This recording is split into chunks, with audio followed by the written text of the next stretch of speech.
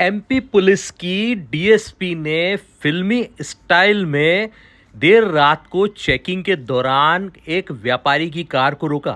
Car में हवाला के 1.5 करोड़ रुपए थे। 1.5 करोड़ रुपए देख के डीएसपी की नीयत खराब हो गई और हैरत अंगेज कारनामा करते हुए डीएसपी और उनके साथ की टीम ने 1.5 करोड़ रुपए की लूट व्यापारी के साथ कर ली और आपस में पैसे बांट लिए। मामला क्या है आपको विस्तार से बताते हैं। नेशनल हाईवे 44 पर जबलपुर सतना रोड पर नागपुर के एक हवाला व्यापारी को देर रात पुलिस की चेकिंग में रोका गया। चेकिंग डीएसपी पूजा पांडे कर रही थी। पूजा पांडे ने जब देखा कि गाड़ी में 1.5 करोड़ रुपए हैं और व्यापारी संतोषजनक जवाब नहीं दे पा रहा है, इस पर डीएसपी मैडम की नीयत खराब हो गई और उन्होंने व्यापारी से 1.5 करोड़ रुपए छीन लिए और व्यापारी को भगा दिया और स्टाफ के साथ आपस में रुपए बांट लिए और अपने अपने घर चले गए।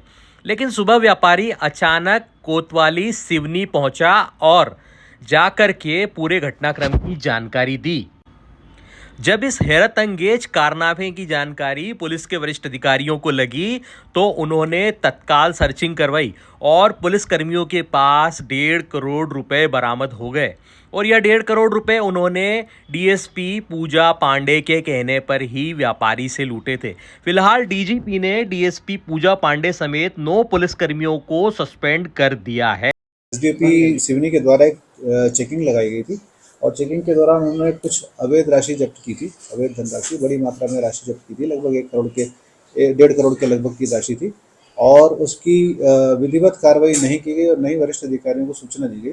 तो इस संबंध में उनके संदिग्ध आचरण को देखते हुए जो चेकिंग दल था उसके 9 कर्मचारियों अधिकारियों को सस्पेंड किया गया और पुलिस लाइन सिवनी में अटैच किया गया। साथ ही जो नेतृत्वकर्ता नगर एसडीपी सिवनी थे पूजा पांडे, उनके खिलाफ जांच प्रतिवेदन भेजा गया, उनके खिलाफ भी कार्रवाई प्रस्तावित की गई है। फरियादी के द्वारा कोतवाली की कोई शिकायत दर्ज है? फरियादी के द्वारा जो शिकायत दर्ज की गई उसी से मामला संज्ञान में आया था। इसी कारण से इस पूरे प्रकरण में कर्मचारियों के संदिग्ध आचरण को देखते हुए उनके खिलाफ कार्रवाई की गई।